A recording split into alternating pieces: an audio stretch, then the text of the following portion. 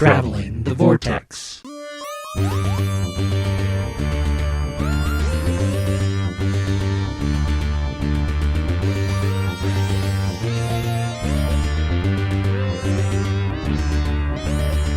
We've joined Missy as she travels the Vortex and arrive at episode 502, where alliteration trumps accuracy every single day. I'm Keith. I'm Sean. I'm Glenn. How are you guys? Pretty good now that I know the show's coming back. I mean, I was worried. I was worried that we weren't going to get any more Doctor Who ever. Ever again. Ever again. It could have been a disaster. Hey, who's seen Venom Let There Be Carnage? Nope. Darn. I read about the post-credit scene. I was going to say, you probably should go see it before you see any more Marvel films. I need to see the last two Marvel films before I see any Marvel films. Wait, you didn't see Black Widow or Shang-Chi? Not yet. Well, you have Disney Plus, right? Yeah. Okay, so Widow's coming. We just haven't had time to... It came out Wednesday. Oh, I was going to say, it's coming Wednesday, but it was last Wednesday. Yeah, you're right. And then Shang-Chi is in November, so... Do we know when in November? The 9th, I believe? Okay, we might just be a little late getting to the Eternals then. Whatever Disney Day is, Disney Plus Day is, I think that's the 9th. I think it's November 9th. I thought it was the 5th, but I could be very wrong. Well, that could be too, but... they're not going to be the 5th of November. November 12th. 12th, so We're both wrong. that'll be Disney Plus Day. Yeah, and Eternals comes out before that, doesn't it? Darn. All right, well, Venom was a good movie, and Venom Let There Be Carnage was twice as good.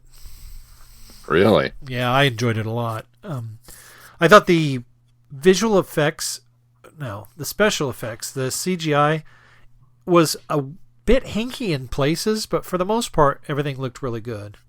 And I think Sean's the one that said this last time when we were talking about Venom, that the only person in the movie that knew they were doing a comedy was Tom Hardy. I almost said Holland. It was Tom Hardy. I did say that. This time, everybody realizes it. And so the chemistry and the jokes land better and everything. And Tom Hardy goes above and beyond, even more so than he did in the last one. And that also makes this film better, because where he's shown in the last one and just carried the film, he did it twice as much this time, and everybody else caught up to him. So, good. Yeah, so good praise. And I won't say anything more because you guys need to see it. Okay. We were hoping to get out. Mel was working the Ray Lana's consignment sale this past week. Well, 2 weeks. And so I had Shy, and she was at the mall, and it just kind of was like, yeah, it's not happening anytime soon, because I'm leaving work early to pick Shy up from the bus stop, and there goes our matinee. So we were hoping maybe this week we'd be able to get out and catch both Let There Be Carnage and No Time to Die. But I'm still not sure that's going to happen. So life is putting a definite dent in my movie going. I'm not happy about this. All right. Well, did you guys do anything fun? All right. Well, then. We visited a pumpkin patch out in Alma. And for those of you with little kids, Keith, I strongly recommend it. Okay. Tons and tons and tons of stuff kind of geared at them. They had slides and swings and climbing up on hay bales and one of those big... inflated bounce jumper things. Not a house, but normally you put them out in the lake and you bounce off of them. Oh, okay. It was one of those, but it was buried there on the property, and actually looked a lot like the thing. You remember that scene in Flash Gordon where Flash is running through Arbor and he falls down in the muck and then crawls out and he lays there for a minute, and then this green trash bag kind of inflates underneath him and the tentacles come out and poke him down into the muck. Yeah. It looked just like that, except without the tentacles, and it was orange instead of green. Kids loved it. Jim, I might like that if it's not an enclosed thing. We went to Cider Days and she wanted to do the bounce house until she realized she had to get inside of it and there were other kids and it was confined. So she changed her mind. Yeah, no, this is an open air thing. Nice. but just half hour away in Alma. So We're going to go to the Sunset Zoo this weekend because they have an albino wallaby that just was born. I saw that on the news. So maybe we'll swing by over there afterwards. I recommend it. Lots to do. All right, well, let's talk about the news. Big news this week. Doctor Who is still not on. For a couple more weeks. For now. Until Halloween. Halloween! Do you think they chose Halloween because it's going to be a super spooky episode, or is that just good timing? No, I bet there was some calculated choice in there because Halloween's actually on Sunday, and they've been doing Doctor Who on Saturday, right? Or last 2 years it was on Sunday. Oh, yeah. You're right. I believe all of Jodie Whittaker has been Sunday. Yeah, you're right. So I think it's probably happenstance that it fell that way, but I also think because they're playing up this whole flux angle, I think that's probably, I think they're counting on it being a particularly spooky episode. So will it be a Halloween special? Well, if they mention Halloween or Halloween has something to do with the episode, then yes, it's a Halloween special. Otherwise, no. Oh. Just airing on Halloween isn't a good enough reason? No. Yeah. That's why I refuse to call, well, actually, I think both of them had something to do with New Year's Day, or New Year's Eve anyway. Both the last two specials they did. I don't know if it's part of the master plan or not, but if you figure, Doctor Who airs on Halloween, and there's 8 episodes in the season, the last episode will air on the 19th of December, and the next week is, what's that holiday? Kwanzaa. Yeah, that one. So maybe we'll get a Kwanzaa special. Oh, you're thinking the last episode will be Halloween or be Christmas? I don't think so. No, I'm wondering if we won't actually get even another, quote unquote bonus episode the following week because it would be the week of Christmas. That would be a massive curveball from Chibnall because he doesn't like the Christmas special idea. That's why he does his on New Year's Day. So that would be a massive curveball if they did do that. Just throwing that out there is rampant speculation. It feels like it's been so long then that It does feel like it's been a long time. Wow, that's well, finally. Anybody remember the last time we reviewed a new episode? Well, it would have been New Year's, right? Thereabouts. 1/1/2021. So it was this year. So 2021. Yeah, 2021. I guess we reviewed it on the 4th of January of this year. Yes. Is that all? 10 months ago. 10 months ago. We've only gone 10 months without Doctor Who. That's not bad. Now I feel lesser for having complained so much. Still feels like a long only time. 10 months. Still feels like it's a long not like time. I'm over here waiting for new episodes of The Orville. I mean, come on. Yeah, but 10 months in 2021 in dog years is, It's pandemic years. Pandemic years. They're longer. Yeah. And I don't feel so bad. Equal years. Right.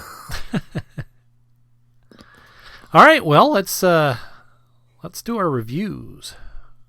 What's up first, Keith? Well, let's do our reviews of Missy Series 1 and from Big Finish. And Keith, what's the first one?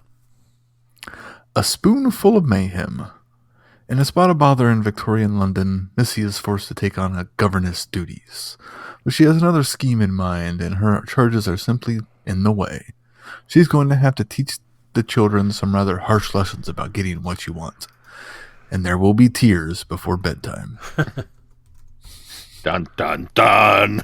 Yeah, I like this one a lot, too. This was a good start to the box set. I'll go beyond that. It was a great start to the box set. I adored just about everything in this. The very cheeky way that, of course, we've all made the Mary Poppins comparison. And so to just kind of take that and lean into it really hard. I just loved it. Not even lean into it really hard. Just pay homage to it completely. Even down to the point where the Missy theme song at the open. I don't know if anybody else felt this way. Maybe just me reading too much into things. But it almost felt like a very bombastic reorchestration of Spoonful of Sugar or Chim Chim Cheree. It had elements of those Mary Poppins songs. Yeah, even before like the story got to Mary Poppins-esque stuff, the theme I did feel kind of had a Mary Poppins feel to it too. I don't think I don't think the music elicited any amount of Mary Poppins for me. I mean, I'll have to go back and listen to it and see what you guys heard, but I didn't. Yeah, that didn't. Not for me. Gosh, no, I really, really liked it. I thought it was a really good start. I think what works really well for it is it's a simple story. It doesn't get too complex. I think both that and the next one that we'll review have that going for it, is that it gives us time to get reacquainted with Missy as a character, to get acquainted with Missy presumably prior to Capaldi's last year. What series was that? I've lost track. Series definitely seems like it. 10? Yeah, and so it feels like that Missy that we've kind of had prior to the attempted redemption that she's gone through. I love the fact that they've set up a different villain in each one of these so far, and this one particularly having the wardens, which are basically, I guess, an interstellar, not really even a prison, but yeah, so somewhat. And she has to adhere to by certain rules, and they keep an eye on her, and then she turns it on them, at the end. Having the whole story be surrounded by the device of her locating this certain object so that she can use it against them.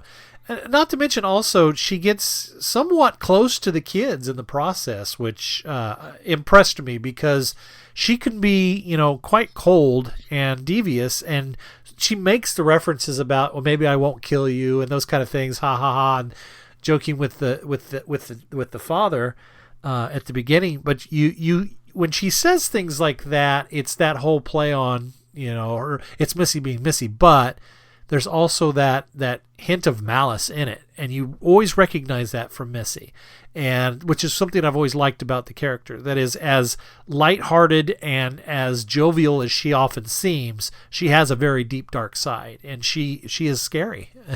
She's scary because of it. And so to see her, she doesn't. Warm up to the kids might be maybe exaggerating, but she certainly has an appreciation for them. And they, in turn, have an appreciation for her, even though she's, causing quite a bit of mayhem in the adventures that they're having. But especially when they finally get to the train part where she puts the djinn in there and she's speeding the train along, and everybody, or all the kids are quite fearful. But yeah, it's just good. It's really good storytelling, and everybody did a good job. It's really interesting that they have her get so kind of affectionate with the kids, considering this is pre-redemption story arc. Like, it's almost like they're trying to lay some of that groundwork to show why she would even consider having a redemption, and be good for the doctor, other than being trapped in that cell for so long. That might be. It's almost like they're trying to like lay the groundwork of showing that it's within her character all along to occasionally not be so horrible, not necessarily be good, but not be so horrible. Right. That it's within her all along. Yeah, that may be indeed what they're doing because there really is a gap in the Missy from the early Capaldi series to the Missy in the later Capaldi series. There's a gap of, okay, why did she get to this point that she wants to be a do-gooder? Why? I don't think we fully got the why she wants to change. And so I think you're right. They may be laying that groundwork. And while she was kind of affectionate towards Clara, it was still always, she only hasn't killed her because it wouldn't be Clara's still being convenient for Missy in those stories where they're kind of buddied up together. And so it's kind of interesting to see this where the kids are a convenience, but then they kind of become a little bit more than that. Yeah. She doesn't cast... almost... Sorry, go ahead. No, I just want to say she doesn't cast them aside for that, although we get the impression that that's what's happening because it's part of her plan to make sure that, was it Lucy, the girl, gets knocked off the train. So, although she does drop them as soon as possible. Yeah, well, yes. It almost feels like she's auditioning for a companion. If that was something that, Master had ever done throughout the long and arduous career, if, there was ever really a companion mode, it's almost on par with the Doctor auditioning. But in fact, there was a part of me that was quite fearful for the lives of these children as we went on, because I kind of suspected they were going to go all the way up to, all right, fine, you can come along with me, and we've spent such grand times together, blah, blah, blah. Oh, and then I killed you on the doorstep, and no, I was just kidding. All right, anything else on this one? Let's move on to the next one. Divorced, beheaded, regenerated. Missy arrives in Tudor England, throwing the plans of another renegade Time Lord into chaos. King Henry VIII is on the throne, and aliens are stomping through the countryside. Missy just wants to be queen. And the monk? Once he knows who else is on the scene, he'll be glad just to stay alive. I don't know that I have a ba big enough for this one. As much as I enjoyed the first one, this one overshadowed it completely. Yep. It was just like, where do you go with this? And this very rakish king open. They were like, yeah, bring your daughter out. Maybe I'll take a look at her. You. And it was just like, uh-oh. And I stayed away from the description, so I didn't know who these characters necessarily were. I mean, I suspected Missy. Her name's in the title. But I didn't know the meddling monk was in this one. Me neither. And so then when it was revealed that's who this was, it was like, oh God, this just reeks of this is going to be awesome. And it was. It did not disappoint at all. The chemistry and the wordplay and yeah, so much fun. Well, it's funny because when he first goes in to meet the daughter, who turns out to be Missy, and he immediately recognizes her, I'm in my mind going, okay, when has Missy had an interaction with King Henry VIII? And are we going to get some backstory on that in this story? Or are we just going to have some clever mentions or some clever throwback, nods to it, last time we saw each other? And so I completely was in that mode of ready for this to have been King Henry VIII's second, meeting with Missy, only to find out that it was actually the meddling monk who goes to great lengths early on to say that he's been saddled with the monk title, only for her to point out the fact that, where did you end up? And he said, wasn't it a monastery? And he says, no, it was an abbey. Well, creativity isn't a high point when you're running for your life. And then basically by the end of this thing, completely accepting it and just going with it. I mean, he even calls himself the meddling monk at one point later in the story. So, I mean, after all, I am the meddling monk. So Rufus Hound does such a great job in the role. Yeah, I would agree. He really embodies, and then camps up the character of the monk. Yeah. From Peter Butterworth, from obviously the TV series, who can't return for the role. Right. And just the idea that, of course, the monk took off and hid during the Time War and was now, stuck again and trying to get out. It just, the whole story of what the monk's been doing and what he's trying to do in this story just fits within character so perfectly. Oh yeah, absolutely. He is just so delicious, but never more so than when he genuinely believes he has the upper hand. When they get back to the castle and he's like, oh, I can't wait to be queen. I want this, I want that. Oh, and cats. I want a room full of cats. He's like, yes, that'll be nice. Arrest her. Take her off to the tower. What for? Treason, adultery. We literally came in the same carriage. When would I have time? I know. It's so impressive. I was listening to this while Mel was at work at Raylana's, and she came home and in the middle of it and was immediately concerned because I was laughing so hard during that exchange. Like I had gotten to the point where I was having trouble breathing because I was doubled up, just in stitches over it. And she was like, are you all right? I was like, yeah, it's a Doctor Who thing. And she was like, uh-huh.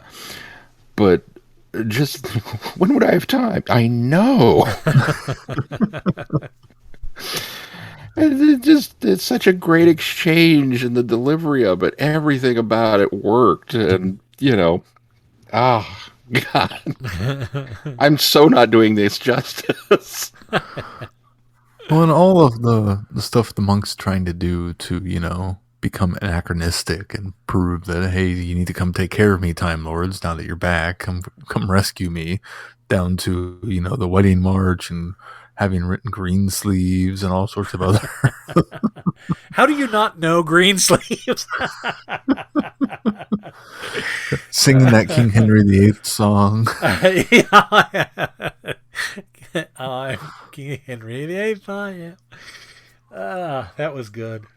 You're just going to have to trust us on this one. Go and listen to this audio. Oh, it is. It's so good. It's such a hoot. This, I believe, is what we refer to in the vernacular as a romp. So now, the biggest of romps. I do have to ask, because Missy makes the point to talk about the what are the Reapers, and since the Time Lords have been gone and then returned, there's been all kinds of chaos. The Reapers, the Vortex, the Vortisaurs, anyway, all these different things that basically feed off of or repair paradoxes. And I'm assuming, because I never really got what these were, but I'm assuming the Grimoirians are another paradox. But they just seem to be coming along trying to preserve whatever. In this case, they're trying to preserve the king and his wife, but I never quite understand what their mission is and why they're here, or is because the monk has meddled here, is that what drew them to here? That's what I didn't quite understand. Maybe you guys could explain. There was a line drop somewhere about how they capture and preserve the paradoxes and then feed off of them that way. Okay. So they are another paradox parasite then. Okay. Yeah, pretty much. They're just a bit more sentient. And I presume it's because the monk has created this paradox that's happening. So, okay. Makes sense. So he attracted, attention, just not from the Time Lord. Right. From the Grimoirians. They did say that, I do remember them saying that they're attracted to anachronistic events. And so, yeah, that makes sense. Okay. That was the only thing I sort of felt like I missed, was what exactly their MO was. But that makes sense. Hey, when you go outside and wave the flashlight, you're going to attract mosquitoes. That's true. And then even down to those guys, the Grimoirians, of, oh yes, we're going to preserve you, and oh yeah, this is going to be fine, and we'll just suck all the air out of the bubble, not realizing that it kills the beings inside of it. Right. it's obviously the entire story is done as a comedy, and they just do so well with it. Very good. All right, well, we've come to that point in the podcast where we get to give away a special prize. Sean, tell us what we are giving away. Remind our listeners what we're giving away. So I get our wheel of fortune. No, wheel of choice ready. Wheel of morality. Turn, turn, turn. Show us the lesson that we should learn. That was an Animaniacs joke for those of you that didn't get it. We have, thanks to a friend of the show, Rick Cross, author extraordinaire, a copy of his lovely book, the Lethbridge Stewart Times Squared, which we reviewed previously on this cast and enjoyed immensely. You may remember this as having something to do with Robot Yeti in New York. And he has autographed us and sent it to us as a potential giveaway, which we said, yes, absolutely, let's give that away. And this is the new special edition, pretty cover, and includes the new short story, Maker, which ties into these events, which we have not yet reviewed, so we'll look forward to that. But one of you lucky people who followed instructions is going to get this awesome tome. And we did have quite a few entries, and most of them came from Twitter. So we want to thank everyone that entered. And please, if you're new to the show, to the podcast, welcome. And we appreciate you here. Hopefully you found us this way online. And if you're just following us on Twitter, welcome as well. We're just happy to have you any way we can. All right, so we've got the wheel up here with all of the names on it, and we're going to give it a spin, and let's see if we can get a winner.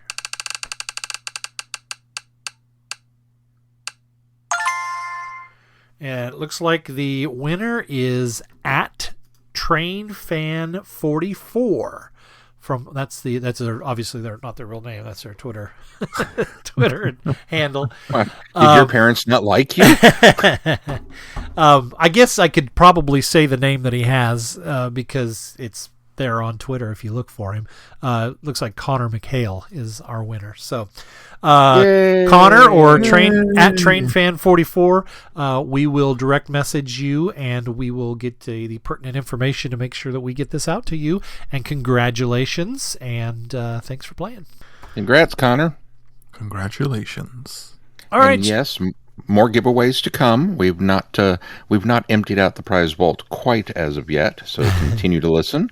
And I don't know. I feel like with this new season coming up, that maybe we should give away a Flux game. Do we have one to give away? I'll have to check. Oh, cool. But for our Flux representatives, if you're listening, we'd like to give away a tie-in promotional product for you. Looney Labs, if you're listening. And for anybody else that would like to donate product for us to give away for you, we'd be happy to do that. Just contact More Lauren. than happy. That's right. All right. Well, what do we got coming up on the schedule, Sean? Well, it's funny. The BBC kind of loaded up their scheduling shotgun and blew a great big hole in my plans. But it's a welcome one, so we're not going to complain too much. Yeah. We are going to come back a little sooner than expected to our weekly schedule and cover the second half of the Missy Series 1 box set next week. That will be Episode 3, The Broken Clock, and Episode 4, The Belly of the Beast from Big Finish. And then the following week, we will be back with some Titan comics. We're going to finish off the Missy run with issue 4, and then hit up the volume 3 of the 13th Doctor. So we'll get some 13th Doctor before the 13th Doctor debuts on our television screens. And then obviously the next 8 weeks will be all new series. So if you're looking for the new hotness, you found it. All right. Very good. Well, of course, be sure to check out the website, drivingthevortex.com, for updates. And if you get any value out of this podcast, why not put some value back into it? You can do that on our Patreon link and consider supporting us. Also, please consider giving us a 5-star review wherever you subscribe to a podcast. And be sure to join in the conversation in our listeners forum on Facebook. Anything else we need to cover this week before we close? This will be a short one. If not, We all liked it. They tend to be short. They do. when we They all are like short it. when we don't like them. We have found that's true. All right. Well, until next time, I'm Glenn. I'm Sean. No, I'm Keith. Cheers. Good night, everybody. Be seeing you. Thanks for listening. You have been listening to Traveling the Vortex. Doctor Who and all of its associated programs are owned and trademarked by the BBC. No infringement is intended or implied.